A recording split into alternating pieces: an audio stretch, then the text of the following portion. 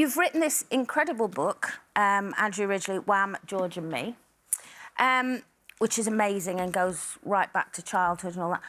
Why now? Because we haven't seen you for so long, and it's so good to see you. Thank you.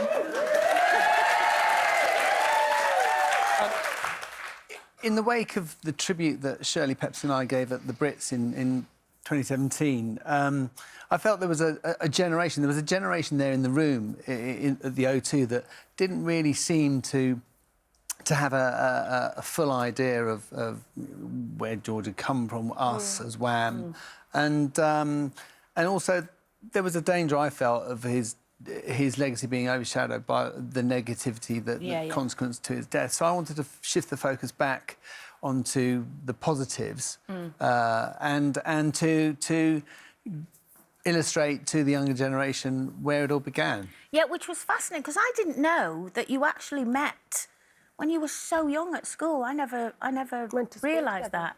Yeah, 12-year-old schoolboys. 12 or 13, yeah. Yeah, 1975 at Bushy Meads. And you had a band before Wham with your brother in it as well, didn't you? Yes, my brother, my late lamented friend Andrew Lever, George, and David. Were you the driver, though, behind, you know, going with the music, etc.? Once you did your O-levels and everything, were you the Yeah, push? I mean, we talked about it endlessly, it seemed, at any rate, for years prior to actually forming our first school band, The Executive.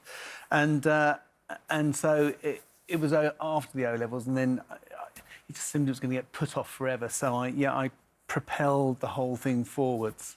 And did you and George write all the songs? I mean, I just listened to that medley. It just took me back to my school days. I mean, I grew up with you guys. So did you both write the songs? I co-wrote 3 of the tracks with George. The tracks that we were signed on the strength of Wham Rap, Club Tropicana and Careless Whisper. With the 3 tracks that we got our deal on. And then when it became obvious that George's songwriting ability was outstripping mine, the decision was made that he'd shoulder that burden alone. And I didn't know this, but last Christmas, it never got to #1. I thought it did. I thought it did as well. No, it didn't, but we can fix that. Yeah! Andrew, can I ask you a little bit about working with George? Because I worked with George. I produced a couple of shows with George long after the 2 of you had gone your separate ways. And what people don't realise is how insecure he was about his appearance and so many things. And he was a perfectionist, but also he had no confidence at the same time. Absolute perfectionist. He was fully confident in his musical ability, but no, you're right, that unsureness about his appearance never completely left him. That childhood. What did he do, though? I mean, why did he drive you mad when you were trying to work with him? You know? Yeah, he spent a long time on his hair. Don't we all? No. I mean, when we listened to the music, the whole audience, everybody was swaying, singing the words.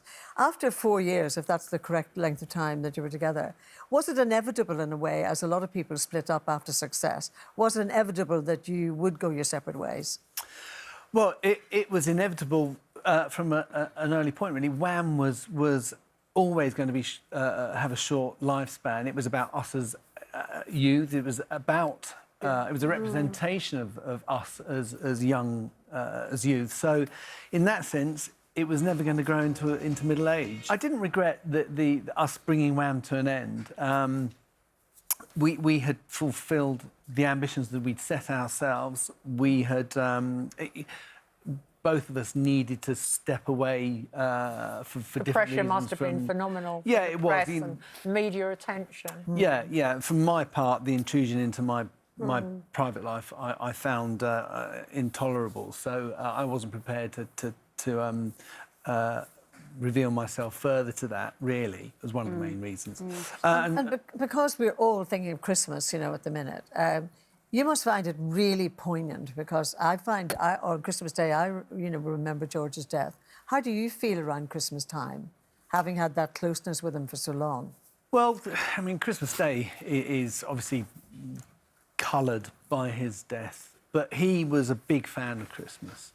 And, you know, I've tried throughout with the writing of the book, to really focus on what that vibrancy and vivacity that was our friendship and was our career together. So I try not to dwell on the negatives too much, to be honest. I don't want that colouring my perspective, my perception of my old chum. Your school friend. Yeah. My Well, schoolboy chum. Andrew, it's such a pleasure to have you on as a guest, and thank you so much for coming on. But I have to say, brilliant book. Thank you. Absolutely loved it. Fantastic present for Christmas if you haven't Nice already. pictures. Great pictures. Let's get Last Christmas to number one. Let's do it.